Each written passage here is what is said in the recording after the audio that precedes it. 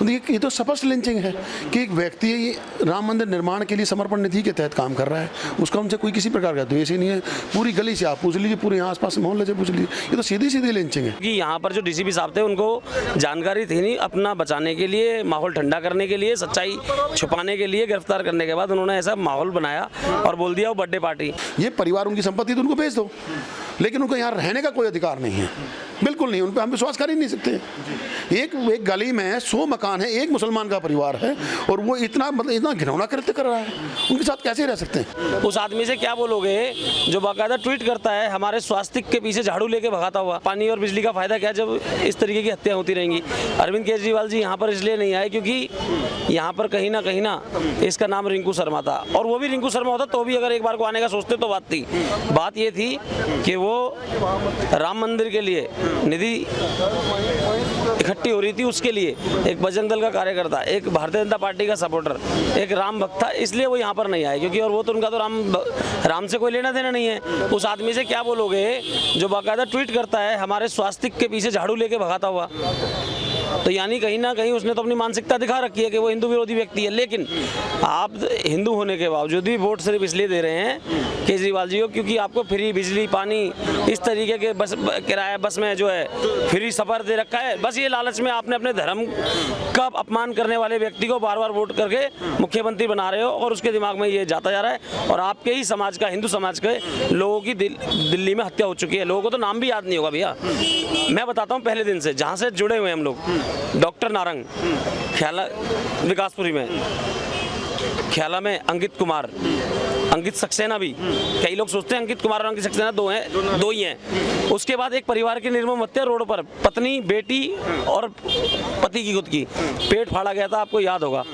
जहांगीरपुरी में पातीराम, राहुल शर्मा, आप बसे धारापुर चले जाइए, वहाँ पर ध्रुव त्यागी, कम से कम अभी तक 13 से 14 कत्ल इसी तरीके के किए गए हैं। लेकिन सर इसे किसी को मॉब लिंचिंग नहीं कहा गया क्योंकि वो धर्म विशेष के साथ नहीं हुई है। बिल्कुल बिल्कुल सही बात है। देखिए अफसोस की बात तो ये है कि इनको जिस राज्य में ये सत्ता पाकर बैठे हैं और प्रचंड बहुमत से, वहाँ पर नहीं दिखता। उनको अगर दिखती है टारगेट पे तो दिल्ली पुलिस दिखती है कि मैं क्या करूँ, दिल्ली पुलिस केंद्र के अंडर है, दिल्ली पुलिस केंद्र के अंडर उनके भाई ये रोना है। लेकिन इस राज्य के ना होने के बावजूद भी उत्तर प्रदेश में अखलाक के घर पहुंचते हैं, तबरेज के यहाँ, पहलू खान, सबके यहाँ जाते हैं, लेकिन अपने घर से यहाँ से मात्र 22 से 23 किलोमीटर की दूरी पर है उनका घर, लेकिन यहाँ आने का टाइम नहीं है। और तो और जब काफ़ी इन्होंने देखा ना माहौल बन गया है, सब कुछ हो गया है, उसके 3 दिन बाद तो यहाँ की खुद की विधायिका राखी बिरला आई है यहाँ पर, वो भी 3 दिन बाद आई है यहाँ पर। जब सर आम आदमी पार्टी से यही पूछा जाता है कि आपने मुख्यमंत्री को क्यों नहीं भेजा, तो वो कहते हैं कि हम लोगों ने विधायक को भेज दिया था। तो क्या ये मामला इतना हल्का है कि विधायक को भेज देने से बात खत्म? देखिए विधायक को भेज दिया था तो आप जो है हाथरस क्या करने के लिए, अपनी एस्तेसी कराने के लिए भेजते हैं अपने राज्यसभा सांसद को। आप अखलाक के यहाँ क्यों जाते हैं, आप तबरेज के लिए क्यों करते हैं? आप चलो आपकी बात मान भी ली कि भाई आपने बोला कि हमने विधायिका को भेज दिया, आप पे एक ट्वीट भी नहीं होता क्या? आप अपने खांसने का ट्वीट कर सकते हो, आप अपने हगने का ट्वीट कर सकते हो, एडवर्टाइजिंग में इतना पैसा लगा सकते हो, एक ट्वीट भी तो कम से कम संवेदनशील परिवार के साथ एक ट्वीट तो किया जा सकता है। वो जब अखलक के घर जा सकते हैं, उसको 1 करोड़ की धनराशि सहायता दे सकते हैं, उसके परिवार को सरकारी नौकरी दे सकते हैं, तो यहाँ क्या होगा? ये रिंकू शर्मा इसलिए क्या कारण है? ये तुष्टिकरण की राजनीति क्यों करी जा रही है हमारे साथ? हम दिल्ली वालों को क्यों ठगा जा रहा है? नहीं चाहिए हमें फ्री पानी, नहीं चाहिए हमें फ्री बिजली, हमें क्या दिया जा रहा है फ्री में? मुझसे पूछिए क्या बिजली फ्री का आ रही है? कोई बिजली फ्री नहीं। मेरा बिल उठा के देख लीजिए, इतने उन्होंने टैक्स लगा रखे हैं, महीने का अधिभार उन्होंने इतना लगा रखा है। मैं 10-12 रुपये यूनिट देता हूँ, मैं बिल आपको चेक करा सकता हूँ। पानी के नाम पे 80-80 हज़ार रुपये बिल मेरे आ रहे हैं, मैं आपको उसका प्रत्यक्ष प्रमाण दिखा सकता हूँ। हमें नहीं चाहिए फ्री बिजली, हमें इंसाफ चाहिए। रिंकू शर्मा के हत्यारों को फांसी चाहिए।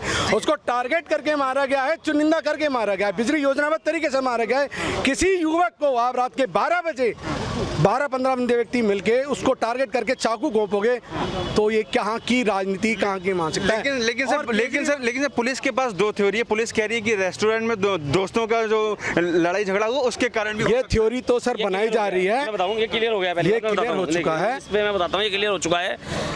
डीसीपी साहब ने जो बयान दिया था, यहाँ के माहौल को देखकर वो हो गया, और आपको जानकारी होगी सीबीआई के अंतर्गत जांच चली गई है। इसीलिए गई है क्योंकि यहाँ पर जो डीसीपी साहब थे उनको जानकारी थी नहीं, अपना बचाने के लिए, माहौल ठंडा करने के लिए, सच्चाई छुपाने के लिए गिरफ्तार करने के बाद उन्होंने ऐसा माहौल बनाया और बोल दिया वो बर्थडे पार्टी। कम से कम आप डीसीपी हो, आप अपने एसएचओ से पूछ सकते थे, एसएचओ से नहीं आप अपने बीट अफसर से पूछते थे हकीकत है क्या। लेकिन ऐसे थोड़ा ना होता है, किसी की हत्या की वजह कुछ और है और आप उसको वजह कुछ और दिखाकर जो दरिंदे हैं उनको आप बिल्कुल मासूम बना के घोषित करना चाहते हैं, ये गलत है। और डीसीपी साहब को हटाकर सीबीआई की जांच चली गई है इसीलिए। सर प्रियंका गांधी दिल्ली से 230 किलोमीटर रामपुर पहुंच सकती हैं लेकिन दिल्ली में नहीं आ सकती। नहीं आ सकते जी। ये 70 साल का शासन हमें स्पष्ट करके बताता है कि हम कहाँ थे और कहाँ पहुँच गए।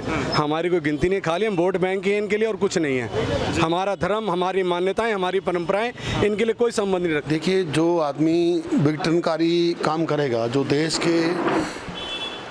का हित करेगा, उसके साथ सारा विपक्ष खड़ा है। जो व्यक्ति देश हित में काम कर रहा है उसके साथ कोई भी नहीं है। विपक्ष का काम ही ये है। पिछले 5 दिन से हम ये चीज़ देख रहे हैं कि अरविंद केजरीवाल जी हैं या कांग्रेस का कोई भी प्रतिनिधि है, इनके घर तक नहीं आया है। मैं शुरू से इससे जुड़ा हुआ हूँ क्योंकि मैं इससे पूर्व में यहाँ भाजपा जिला महामंत्री रहा हूँ पिछले काल में, और युवा मोर्चा प्रभारी के रूप में मैंने काम किया। ये सभी बच्चे और भी कई बच्चे हैं यहाँ पे, तो मेरे साथ रहे 5-6 साल से। मुझे ऐसी पीड़ा हुई जैसे मेरे बेटे का ही हत्या की गई है ना।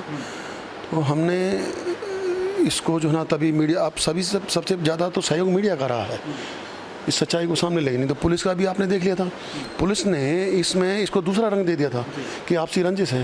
रंजिश कुछ थी नहीं। बहुत सारे मीडिया के साथ ही वहाँ रेस्टोरेंट में भी गए हैं, उन्होंने बता दिया कोई झगड़ा नहीं हुआ है। ये इस क्षेत्र में एक प्लान्ड प्रक्रिया है, सोची समझी योजना के तहत काम है। करीब 2 महीने पूर्व भी एक यहाँ नौजवान की हत्या मुसलमानों ने की थी। इससे पूर्व में एक लड़का है बचन सिंह, उसकी हत्या की थी। इससे पूर्व में एक लड़का अभी आज दिल्ली पुलिस में कार्यरत है, उसका अपहरण किया था, हत्या का प्रयास किया, वो किसी तरह बच के निकल के आ गया। तो ये पहला नहीं है। एक हमारा अभी बीजेपी का मंडल अध्यक्ष है राहुल कंसल, उस पर कातिलाना हमला किया गया था और पुलिस वालों ने क्या किया, 323 का मुकदमा बना दिया 307 की जगह। तो सर सवाल ये है कि विपक्ष से जब पूछा जाता है कि क्या आप इसे लिंचिंग कहेंगे, तो कहेंगे नहीं ये लिंचिंग नहीं है। तो क्या लिंचिंग सिर्फ जो विशेष समुदाय होता है उन्हीं के साथ होती है? नहीं, वो लिंचिंग इसलिए नहीं कहेंगे क्योंकि ये लड़का राम मंदिर निर्माण के लिए काम कर रहा था। उनके लिए लिंचिंग की परिभाषा बदल जाती है। अगर कोई व्यक्ति अपने धर्म के लिए बड़ी ईमानदारी के साथ काम कर रहा है ना, उसका कसूर क्या है बेचारे का यार? ये लिंचिंग कैसे नहीं है? ये तो स्पष्ट लिंचिंग है कि एक व्यक्ति राम मंदिर निर्माण के लिए समर्पण निधि के तहत काम कर रहा है, उसका उनसे कोई किसी प्रकार का द्वेष ही नहीं है। पूरी गली से आप पूछ लीजिए, पूरे यहाँ आसपास मोहल्ले से पूछ लीजिए, ये तो सीधी सीधी लिंचिंग है, इसमें कोई संदेह ही नहीं है। सर अरविंद केजरीवाल जी ने, जो कि दिल्ली के मुख्यमंत्री हैं, खुद को दिल्ली का बड़ा बेटा बताते हैं, वो अभी तक यहाँ पे आए भी नहीं और उन्होंने कोई भी फाइनेंशियल मदद भी नहीं की है। लेकिन आज हमने देखा कि बीजेपी की तरफ से जो कपिल मिश्रा आए थे उन्होंने कुछ राशि भी प्रदान करी है। कपिल मिश्रा जी की तो आप जितनी प्रशंसा करो उतनी कम है, क्योंकि ये पहला ऐसा मामला नहीं जिसमें कपिल जी ने सहायता की है। इससे पहले मेरे ख्याल में 4-5 मामले ऐसे आ चुके हैं जिनमें कपिल जी ने आर्थिक मदद की है। और बड़ी चिंता का विषय था कि परिवार का एक ही स्रोत था आय का, वो बंद हो गया। एक नौजवान बच्चे की हत्या भी हो गई और जो आर्थिक स्थिति खराब होगी क्योंकि उसकी जो सोर्स ऑफ इनकम वो तो टूट ही गई। और यही हमारा चिंतन था कि किस प्रकार हमें इस लड़ाई को लड़ना है, इस परिवार की आर्थिक मदद कैसे की जाए, हमें न्यायिक मदद कैसे मिले, ये बड़ा चिंतन था। इसके लिए कपिल जी का भी, हमारा जो मातृ संगठन है उसका भी हृदय की गहराइयों से आभार है। सर लेकिन विपक्ष ये कह रहा है कि इस पूरी जो वारदात हुई इसे कम्युनल बनाने की कोशिश कर रही है आरएसएस और बीजेपी। नहीं, ये तो विपक्षी मानसिकता ही ऐसी है। अब आप एक बात बताइए, अखलाक मरता है उत्तर प्रदेश में, केजरीवाल जी जाते हैं, मुख्यमंत्री कहाँ के हैं? दिल्ली के हैं ना, तो वहाँ करोड़ रुपए 2 करोड़ रुपए देते हैं, कहीं 50 लाख दे जाते हैं, हैदराबाद में 1 करोड़ रुपए देते हैं। इस बच्चे की मतलब मैं नहीं कहता कि आप आर्थिक मदद करें ना करें, कम से कम आकर उसके परिवार को सांत्वना तो आप दे सकते हो। आप ये तो कह सकते हो कि ये बड़ी दुखद घटना है, गलत हुआ है, कम्युनल है नहीं, आप बाद में कहते रहना। ये तो कम्युनल तो आप सभी को पता, सारी दुनिया को पता है कि किस प्लानिंग के तहत ये सब किया जा रहा है। कम से कम उस परिवार के साथ जाके बैठो, उसके दुख को महसूस करने की कोशिश करो, उसको सांत्वना तो दो किस प्रकार की उसकी हत्या की गई है। और उनकी हिम्मत देखो, दोबारा हॉस्पिटल तक में गए हैं। यहाँ से ये सारा प्रकरण करने के बाद हॉस्पिटल में भी पहुँचे हैं दोबारा। सर एक सवाल और कि जो टुकड़े टुकड़े गैंग और मोमबत्ती गैंग हर बात में सामने आ जाता था, तख्ती गैंग की मेरा भारत जो है मेरे लिए असुरक्षित है ऐसे कहते थे, लेकिन इस मामले में किसी की भी कोई टिप्पणी नहीं है। वो सब सेम प्रवृत्ति के आदमी हैं। वही आदमी JNU में काम करते हैं, वही आदमी शाहीन बाग में काम करते हैं, वही आदमी किसान आंदोलन में काम करते हैं। जो व्यक्ति आज मतलब हिंदू अगर खुलकर है सामने है, मैं हिंदू हूँ या मैं भाजपा का कार्यकर्ता हूँ, तो उनका दुश्मन है। उनकी मानसिकता बिल्कुल स्पष्ट है। सर, जब आम आदमी पार्टी से ये कहा जाता है कि आपने अपना मुख्यमंत्री क्यों नहीं भेजा, तो वो ये तर्क देते हैं कि जो क्षेत्रीय विधायक है हमने उन्हें वहाँ भेज दिया था। तो क्या ये मामला इतना हल्का है कि आप सिर्फ विधायक को भेज के सब बात खत्म कर देंगे? वो भी 2 दिन बाद आई थी, पहले दिन नहीं आए थे, वो भी 2 दिन बाद आए थे। उसके बाद भी उनके व्यक्तियों ने यहाँ आकर ये कहा था इसको कम्युनल रंग ना दो। कम्युनल रंग कहाँ दे रहे हैं यार? एक हिंदू की हत्या हुई है, मुसलमान ने की है, इसमें हम क्या कम्युनल कर रहे हैं? एक हिंदू बच्चे की हत्या की गई है, एक मुसलमानों के द्वारा की गई है, तो हम क्या कम्युनल दे रहे हैं? और वो उस बच्चे की गई है जिसने उस परिवार में 2 बार हेल्प की है। उस परिवार की पहले उसकी महिला को लेके गए प्रेग्नेंट को हॉस्पिटल में, उनको 2 ब्लड यूनिट दिया है। एक बार ये जो इस्लाम है इसको कोविड के लिए हॉस्पिटलाइज कराया गया। मतलब ऐसा बच्चा जिसने अपना खून दिया, उसी का खून ले लिया पीठ में छुरा मारकर, और आप कह रहे कम्युनल जो ना अमित शाह जी हैं। कमाल है यार, इससे ज़्यादा तो मुझे लगता है हास्यास्पद कोई बात ही नहीं हो सकती है। सर, विश्व हिंदू परिषद ने कहा है कि शोक सभाएं करेंगे हम पूरे देश में 25,000।